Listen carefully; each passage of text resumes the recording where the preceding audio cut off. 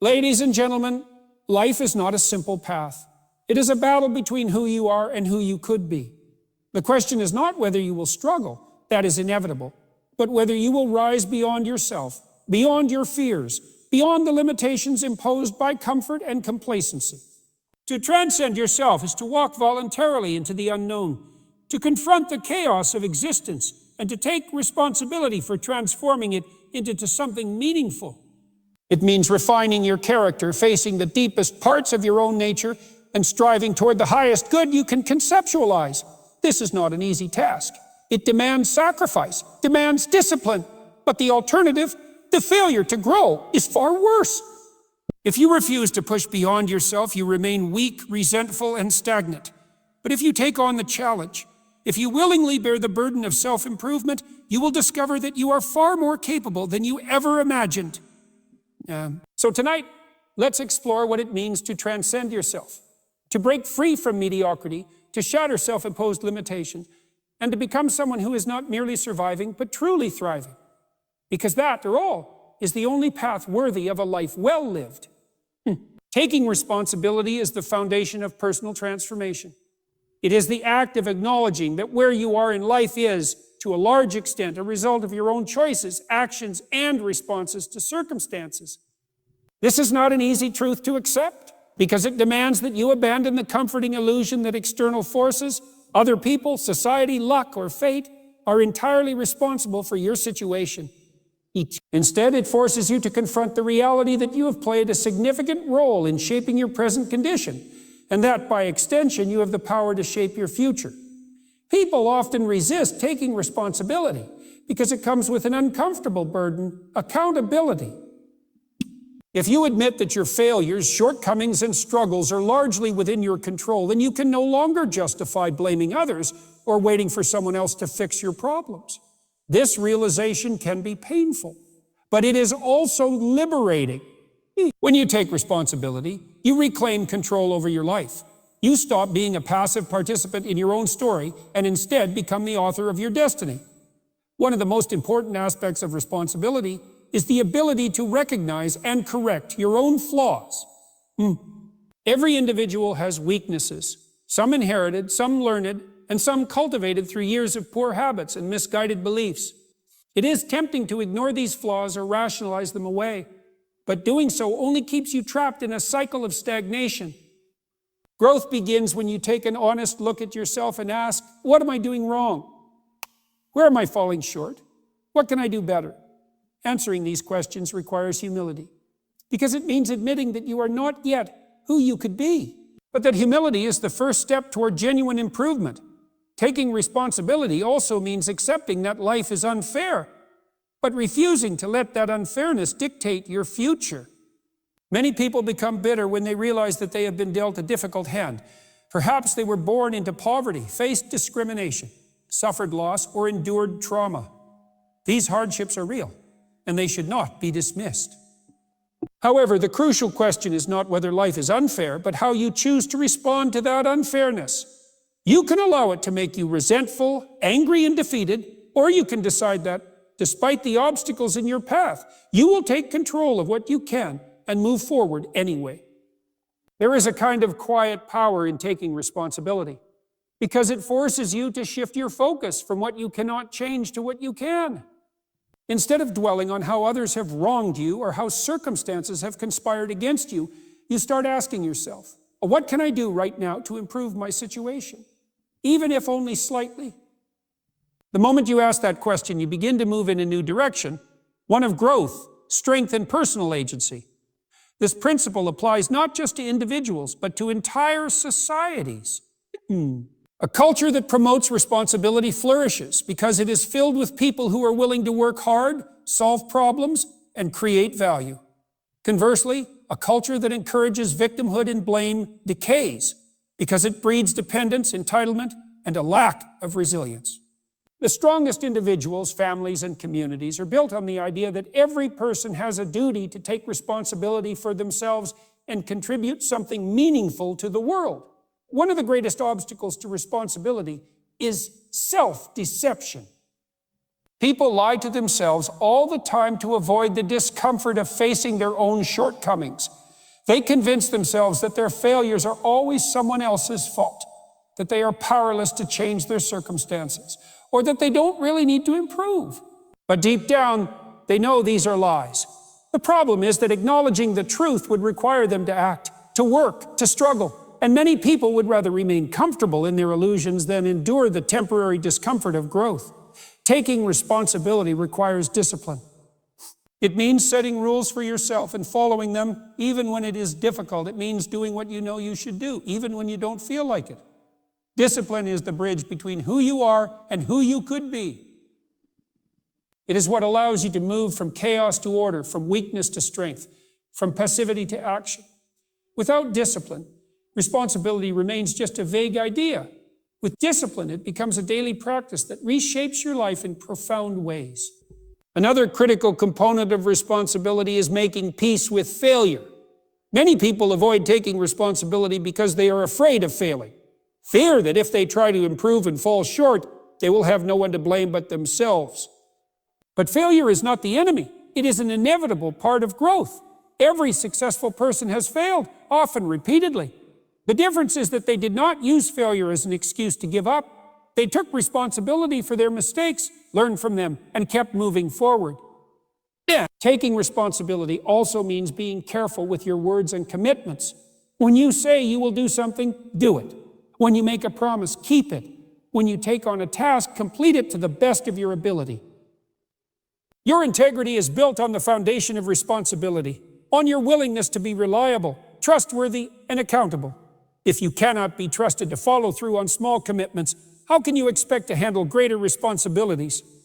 Ultimately, responsibility is the price of freedom.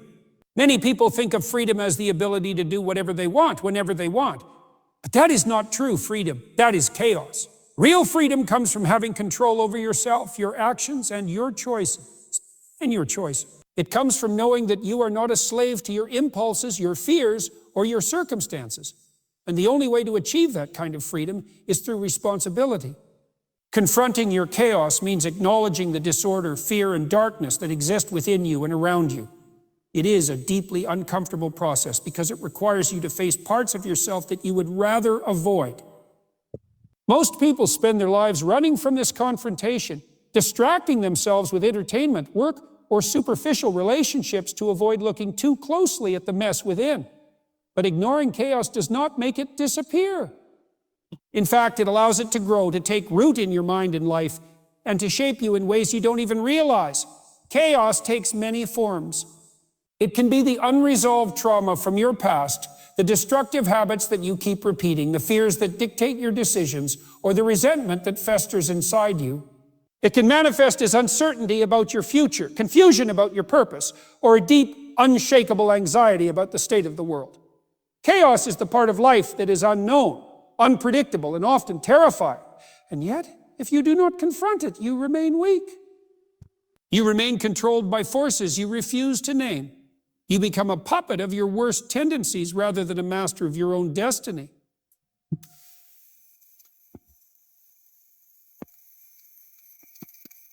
It is easier to pretend that everything is fine, that you have everything under control, or that your problems are not really your responsibility.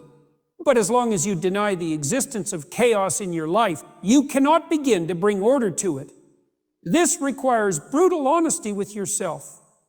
It means looking at the areas of your life that are falling apart, the relationships that are toxic, the habits that are self-destructive, and the fears that hold you back. It means admitting to yourself that there are things about you that need to change. Once you acknowledge the chaos, the next step is to analyze it. Where does it come from? What patterns have led you to this point?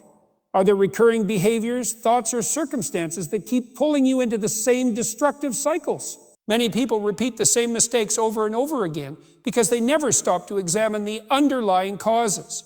They keep falling into toxic relationships, making poor financial decisions, procrastinating on their goals, or sabotaging their own happiness, all because they refuse to look deeper into why these patterns exist.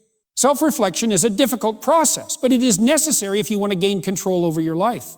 Fear is one of the main reasons people avoid confronting their chaos. They are afraid of what they might discover about themselves. They are afraid that if they look too closely at their own flaws, weaknesses, and past mistakes, they will not be able to handle it. But fear is only powerful when it is left unchallenged. The moment you turn and face what frightens you, you begin to take away its power. You realize that while your chaos may be overwhelming, it is not insurmountable. You are capable of understanding it, of organizing it, and of transforming it into something meaningful. Confronting chaos is not just about understanding your fears and weaknesses, it is also about taking action. Awareness alone is not enough. Once you recognize the areas of your life that are in disorder, you must begin the process of restructuring them. This may involve cutting ties with people who are toxic, breaking free from self-destructive habits, or setting new goals that bring direction and purpose into your life. It requires discipline and commitment, because change is never easy. You will be tempted to fall back into old patterns, to retreat into comfort and familiarity. But the only way to create order out of chaos is through consistent effort. Another crucial part of this process is accepting that life itself is inherently chaotic. No matter how much order you create in your personal life, there will always be uncertainty, tragedy, and unpredictability in the world. Many people become paralyzed by this reality, feeling overwhelmed by the sheer unpredictability of existence. But the goal is not to eliminate chaos completely. That is impossible. The goal is to develop the strength to navigate it, to build yourself into the kind of person who can face uncertainty without crumbling. One way to do this is to establish order where you can. If your external world is chaotic, start with the small things you can control. Organize your space, structure your daily routine, build better habits. Taking control of small aspects of your life gives you the confidence to tackle bigger challenges. If your mind is chaotic, seek clarity through discipline, reflection, and learning. Strengthen your body, because physical resilience translates to mental resilience. Strengthen your character, because integrity and responsibility bring stability in times of crisis. Facing your chaos also means being willing to let go of old beliefs, identities, and ways of thinking that no longer serve you. Sometimes the greatest source of disorder in our lives is the unwillingness to change. People cling to their past, to their mistakes, to their suffering because it is familiar. But growth requires you to shed the old version of yourself and step into something new. This is painful. It requires mourning who you once were, letting go of the stories you have told yourself, and embracing the discomfort of transformation. But it is only through this process that you become stronger. The journey of confronting chaos is lifelong.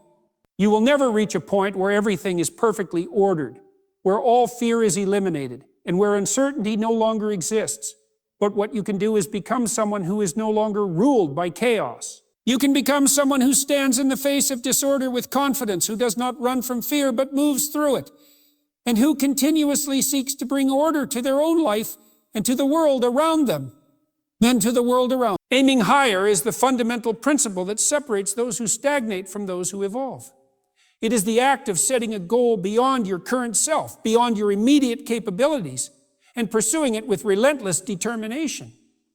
Most people settle for what is comfortable, what is familiar, and what seems achievable within the confines of their present limitations. But true growth only happens when you push beyond what you think you can do, when you aim for something greater than yourself, something that forces you to become more than you are today. The process of aiming higher begins with vision. You must have a clear sense of what you are striving toward, a goal that challenges you, excites you, and gives your life meaning. This vision must be specific enough to guide your actions, but expansive enough to push you beyond your current reality. Many people fail at this stage because they do not allow themselves to dream. They settle for mediocrity, believing that ambition is reserved for others, for those who are smarter, stronger, or more privileged. But the truth is, anyone can aim higher. The only requirement is the willingness to do so. Setting a goal that is beyond your immediate reach is intimidating. It forces you to confront your inadequacies, your weaknesses, and your doubts. You will be tempted to lower your aim, to choose a safer path, to avoid the risk of failure. But aiming low guarantees that you will never rise above your current state. It ensures that you will remain stagnant, comfortable but unfulfilled, safe but unsatisfied. The only way to grow is to set your sights on something that seems almost impossible, something that demands everything you have and more. Once you have set your sights on a higher goal, the next step is commitment. Many people dream of a better life, of greater success, of personal transformation, but they lack the discipline to pursue it. Aiming higher is not just about setting a goal. It is about dedicating yourself to the process of reaching it. This means making sacrifices, eliminating distractions, and focusing your energy on what truly matters. It means rejecting short-term gratification in favor of long-term achievement. The path to a higher goal is filled with obstacles. The moment you decide to aim higher, resistance will appear. You will encounter setbacks, failures, and discouragement. People around you may not understand your ambition. Some will criticize you, mock you, or try to pull you back down to their level. This is because your decision to aim higher exposes their unwillingness to do the same. Your growth forces them to confront their own complacency, and many will not appreciate that. Failure is an inevitable part of aiming higher. You will not achieve your goal immediately, and the road will be far more difficult than you expected. Many people give up at the first sign of failure, convincing themselves that they were not meant to succeed, that their dreams were unrealistic. But failure is not a signal to stop. It is a lesson. Each failure provides information revealing what does not work, where you need to improve, and how you must adjust your approach. Those who achieve great things do not avoid failure. They learn from it, adapt, and keep moving forward. Discipline is the bridge between setting a goal and achieving it. Without discipline, ambition is meaningless. Discipline means doing what is necessary even when you do not feel like it. It means waking up early to work on your goal, staying late to refine your skills, and pushing through discomfort when quitting seems easier. It means choosing progress over excuses, effort over comfort, and perseverance over temporary satisfaction. Those who aim high and succeed are not necessarily the most talented or the most gifted. They are the ones who refuse to give up. Surrounding yourself with the right people is crucial in this process. If you spend time with those who lack ambition, who are comfortable with mediocrity, who do not challenge themselves, you will adopt their mindset. But if you surround yourself with people who are also aiming higher, who are striving, pushing, and growing, you will be pulled upward. Seek mentors, role models, and friends who inspire you to be better, who encourage your growth, and who challenge you when you fall into complacency. Taking responsibility for your progress is essential. Many people wait for external validation, for someone to push them, for the right opportunity to appear. But those who aim high take control of their own development. They do not wait for motivation. They create it. They do not rely on luck. They make their own opportunities. They understand that progress is their responsibility, and they take deliberate action every single day to move closer to their goal. Aiming higher requires a shift in mindset. It means viewing obstacles as opportunities, failures as lessons, and challenges as necessary steps toward success. It means embracing discomfort, because growth only happens outside of your comfort zone. It means developing resilience, because the road to greatness is long and difficult. It means believing in your own potential even when no one else does. Discipline over comfort is the foundation of personal transformation. People often seek comfort, choosing the easy path, avoiding hardship, and indulging in short-term pleasures. But real growth, real success, and real fulfillment come from discipline, the ability to do what is necessary, not just what is easy. Discipline is the ability to act according to principle rather than impulse, to work when others are resting, to stay focused when distractions are everywhere, and to push forward when every part of you wants to stop. Comfort is seductive. Comfort is seductive. It whispers that you deserve a break, that you can always start tomorrow, that the work is too hard and the goal is too far away. It tells you that you have done enough, that pushing further is unnecessary, that struggle is something to be avoided. But the pursuit of comfort comes at a cost. The more you indulge in comfort, the weaker you become. You lose the ability to endure difficulty, to overcome resistance, to persist when things get tough. And eventually you find yourself stuck, trapped in a life that is stagnant, uninspiring, and unfulfilled. Discipline is the antidote to this stagnation. It is the force that allows you to move forward, even when you do not feel like it. It is waking up early to work on your goals when sleeping in would be easier. It is choosing a workout over laziness, choosing to read and learn instead of wasting time, choosing to push through discomfort instead of giving into it. Discipline is not about punishment or deprivation.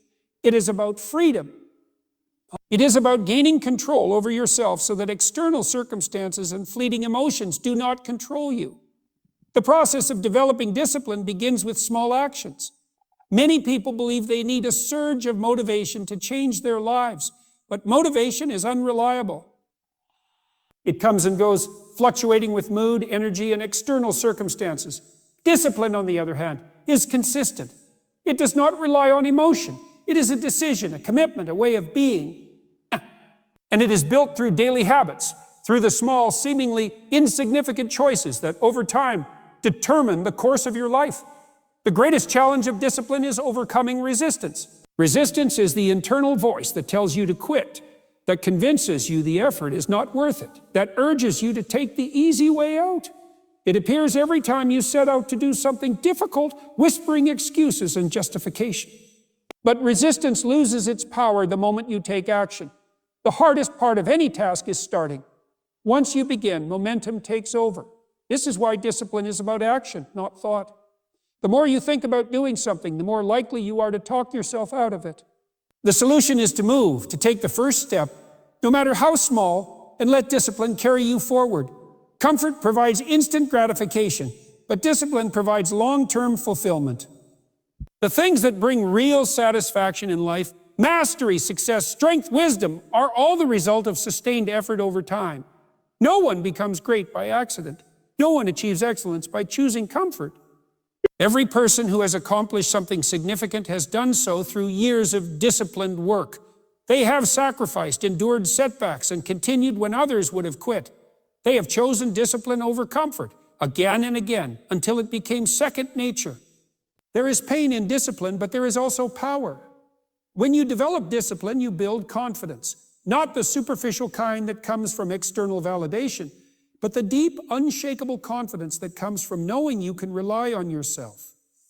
When you consistently show up, when you keep the promises you make to yourself, when you push through difficulty instead of retreating, you develop an inner strength that cannot be taken away.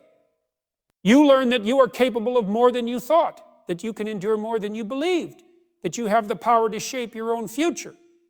Many people avoid discipline because they associate it with suffering. They believe that a disciplined life is a restrictive life, that it means depriving themselves of enjoyment. But the opposite is true. A life without discipline is chaotic, unpredictable, and frustrating. Without discipline, people become slaves to their impulses, constantly chasing pleasure but never finding real satisfaction. They jump from one distraction to another, always seeking comfort but never feeling fulfilled. Discipline brings order, structure, and purpose. It allows you to create a life that is meaningful, rather than one dictated by random impulses. It gives you control over your time, your actions, and your future. The disciplined person does not waste hours on meaningless activities. They are focused, directed, intentional. They understand that every choice they make is shaping who they become. The world rewards discipline. Those who are disciplined rise above the rest because they are willing to do what others will not. They train when others relax. They study when others waste time. They persist when others quit. This is why discipline is the greatest competitive advantage. It is not talent, luck, or intelligence that separates the great from the mediocre. It is the willingness to put in the work, day after day, no matter how difficult it becomes. Discipline is also the foundation of resilience. Life is unpredictable and challenges are inevitable. Without discipline, setbacks break people. They become discouraged, they lose focus, they give up. But the disciplined person persists. They do not allow external circumstances to dictate their actions. And they keep going regardless of how they feel. They adapt, they adjust, they continue. This is why discipline is not just about success. It is about survival. It is about ensuring that no matter what happens, you are strong enough to handle it. Embracing suffering as a path to growth is one of the hardest, yet most transformative lessons a person can learn. Most people spend their lives trying to avoid suffering, seeking comfort, distraction, and escape from anything that causes pain or discomfort. But suffering is not just an unfortunate part of life. It is a necessary force that shapes you, strengthens you, and prepares you for something greater.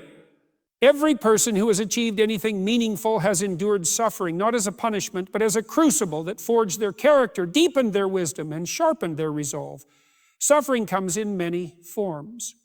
Suffering comes in many forms. It can be physical pain, emotional heartbreak, loss, failure, disappointment, rejection, or uncertainty about the future. It can feel unfair, overwhelming, and endless. But suffering in itself is not what breaks people. It is their response to it that determines whether they grow stronger or fall apart.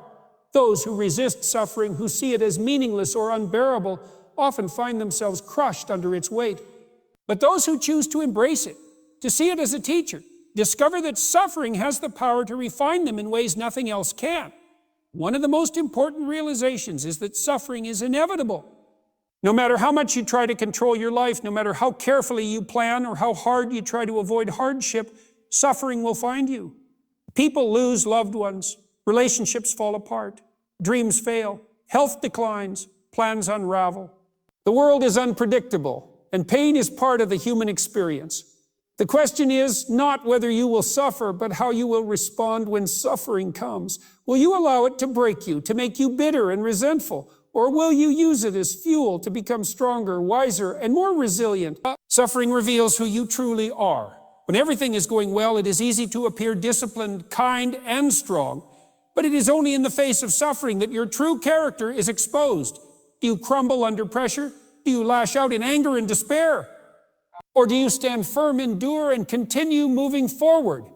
Those who learn to embrace suffering do not allow it to dictate their actions. They remain disciplined, they stay true to their values, and they refuse to be defined by their pain.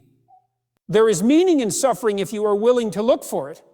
Many people make the mistake of seeing suffering as pointless, as something to be endured but not understood. But suffering always carries a lesson. It exposes weaknesses that need to be strengthened. It reveals false beliefs that need to be discarded. It breaks attachments to things that no longer serve you. It forces you to develop patience, perseverance, and a deeper understanding of yourself and the world around you. The greatest teachers in history, the greatest leaders, the greatest minds, almost all of them have gone through immense suffering. They did not achieve greatness in spite of their suffering. They achieved it because of their suffering. They allowed it to shape them rather than destroy them. They took their pain and transformed it into wisdom, into motivation, into action. They understood that suffering is not just something to survive, but something to harness. When suffering comes, most people ask, why is this happening to me? But a better question is, what is this trying to teach me? This shift in perspective is powerful. It moves you from a position of victimhood to a position of strength. Instead of feeling powerless, you begin to see suffering as an opportunity. You start looking for ways to grow through it, to learn from it, to use it as a tool for transformation. Pain also creates empathy. Those who have suffered deeply understand the suffering of others. They become more compassionate, more understanding, more patient. They recognize struggle not as a sign of weakness, but as a universal part of life. Many of the most powerful leaders and healers are those who have endured great suffering because they are able to connect with others in a way that someone who has never struggled cannot. Embracing suffering does not mean seeking it out or enjoying it. It means accepting that it has a purpose, that it can be used for growth, and that it is not something to be feared. It means standing in the fire without trying to escape, knowing that when the flames die down, you will emerge stronger than before. It means developing the kind of resilience that allows you to endure any hardship without losing yourself. Many people try to numb their suffering through distractions, through entertainment, addictions, relationships, or material possessions. But these things only provide temporary relief. They do not eliminate suffering. They only delay the moment when it must be faced. And often, the more suffering is avoided, the more powerful it becomes. But those who face their suffering head on, who confront their pain and sit with it, find that it does not last forever. They find that beyond suffering, there is transformation. Pain and growth are two sides of the same coin. You cannot have one without the other. If you avoid suffering, you avoid growth. If you embrace suffering, you embrace the path to becoming more than you were before. It is through difficulty that strength is built, through struggle that character is formed, and through hardship that true wisdom is gained. Mastering yourself before seeking to change the world is the foundation upon which true influence and success are built. Many people are eager to impose their ideas, criticize the world around them, and demand change from others. Yet they have not taken the time to master themselves. They lack discipline, clarity, and control over their own actions, yet they believe they are in a position to correct external problems. This is a fundamental error. If you cannot bring order to your own life, if you cannot govern your own thoughts, emotions, and behaviors, how can you expect to bring order to the world? The desire to change the world is natural, especially for those who see suffering, injustice, or inefficiency. It is easy to look outward and find faults in society, to blame governments, institutions, or other people for the state of things. But the external world is made up of individuals, and the greatest impact a person can have is to first refine themselves, to take responsibility for their own life, and to develop the skills, strength, and wisdom necessary to make a real difference. Without this foundation, attempts to change the world often lead to chaos rather than improvement. Self-mastery begins with discipline. It requires an honest assessment of your habits, your weaknesses, and your tendencies. Many people live in a state of internal disorder, reacting impulsively to emotions, procrastinating on important tasks, and making decisions based on fleeting desires rather than long-term goals. This lack of structure prevents them from reaching their potential.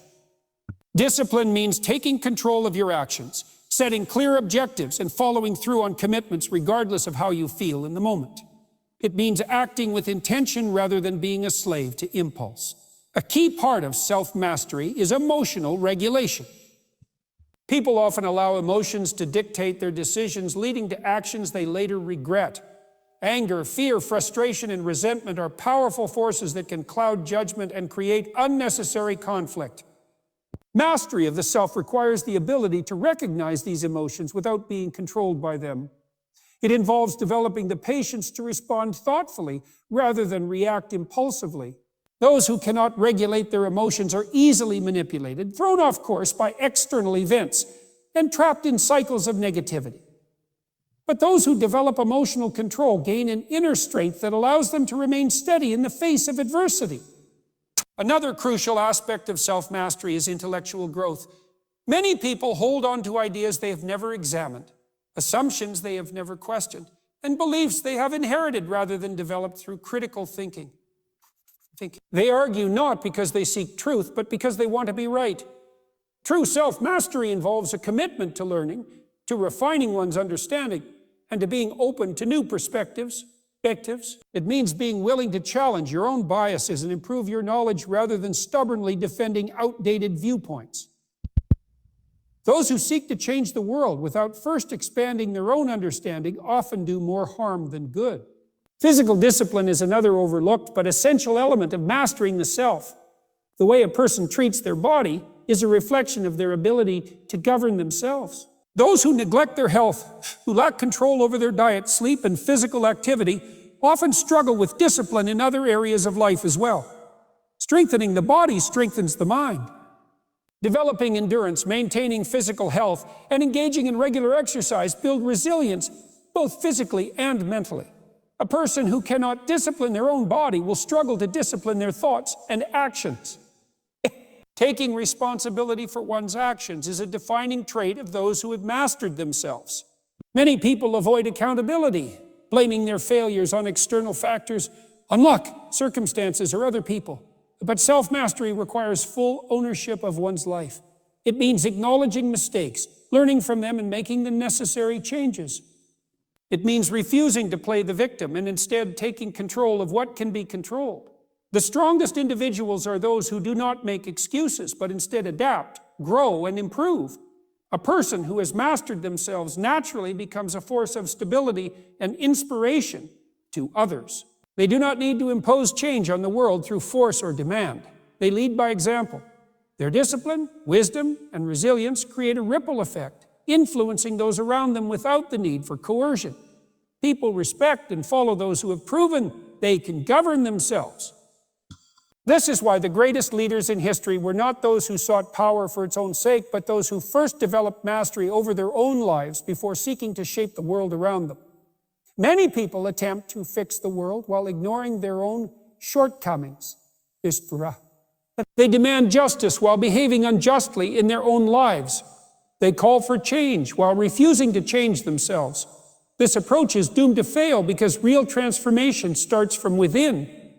The person who cultivates discipline, emotional strength, intellectual depth, and personal responsibility becomes someone who can create meaningful change. The world does not need more critics, more complainers, or more people pointing fingers. It needs individuals who have taken the time to refine themselves so that their influence is grounded in wisdom rather than mere opinion. Mastering yourself is not a one-time achievement, but a lifelong process. It requires constant effort, reflection, and refinement.